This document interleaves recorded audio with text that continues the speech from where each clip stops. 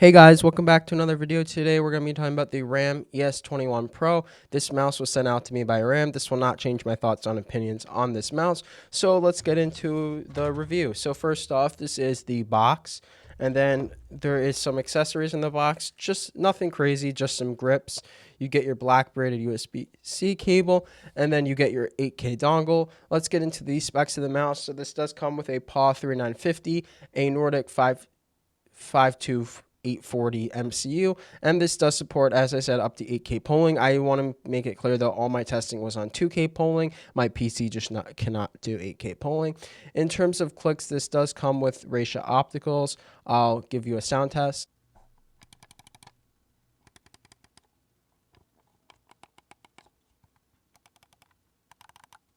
In terms of the clicks right here, there is some pre-travel. I don't know how well you'll be able to see this on camera, but there is a nice amount of pre-travel right here on this click. It's not too noticeable on the right click, but on the left click, it is pretty bad.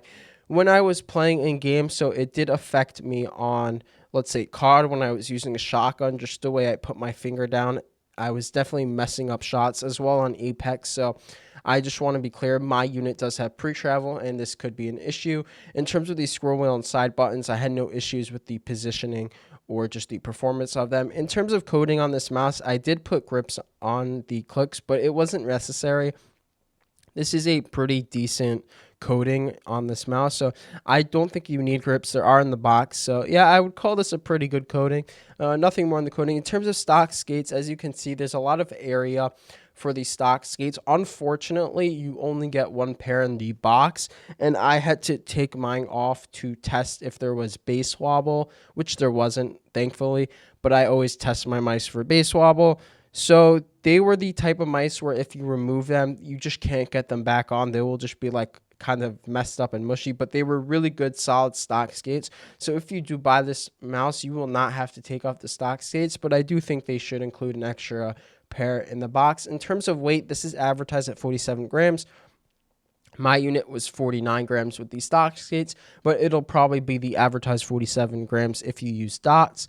In terms of shape and grip, so this is a bigger mouse, more to the size of a Logitech Superlight X or a Maya X. So I would say this is very good for medium-sized hands. I have a 19 by 9 size hand, and this fits me really well. This is going to be really good for medium and maybe slightly large hands. It's great for relaxed claw. You could probably do aggressive claw. I wouldn't necessarily use this for fingertip, but if you have massive hands, it might be possible. And you could definitely palm this as well. So if you have a medium to large size hand, this is good for most grips. In terms of overall QC, apart from the pre-travel, I have no issues with this unit. It has pretty good QC overall. There's no side flex, no base wobble. In terms of the software, this does support a web software. It is the worst software I've ever seen on a mouse. It just looks so clunky. It crashed when I changed a setting. If you have to change your software your settings more than once, do not buy this mouse if you change your settings often. I personally just set this at 2K 1600 DPI and never had to touch the software again. But if you're going to have to use it a lot, don't buy this mouse. In terms of performance in game with the 3950 implementation, I had no issues. Everything felt fine. The performance is solid on this mouse. In terms of battery life, this does come with a 300 milliamp hour battery. It did last me about 5 or 6 days before it started getting a low battery indicator. So it's a decent battery. In terms of price, on Amazon, this is currently $80 with free shipping, and I did see a seller on AliExpress have it $66 also with free shipping. At $80 on Amazon, I cannot recommend this because then you're going to have to pay sales tax and whatever. It's going to be, depending on where you live, $80 to $85, and I just don't think it lives up to that quality. But I do think $66 on AliExpress is a fair price, like $66, $65.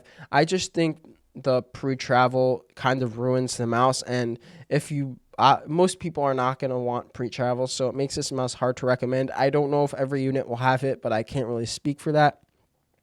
But if, I guess, pre-travel doesn't bother you and you like the shape and you see this on AliExpress for like $66, $70, I can recommend it. But yeah, overall, the pre-travel kind of ruined the unit, and I do think even without pre-travel, $80 is just too much. But again, if you can get it for 66, and I do think they should include a second pair of skates. But that's pretty much it. Thanks for watching, and I'll see you in the next one.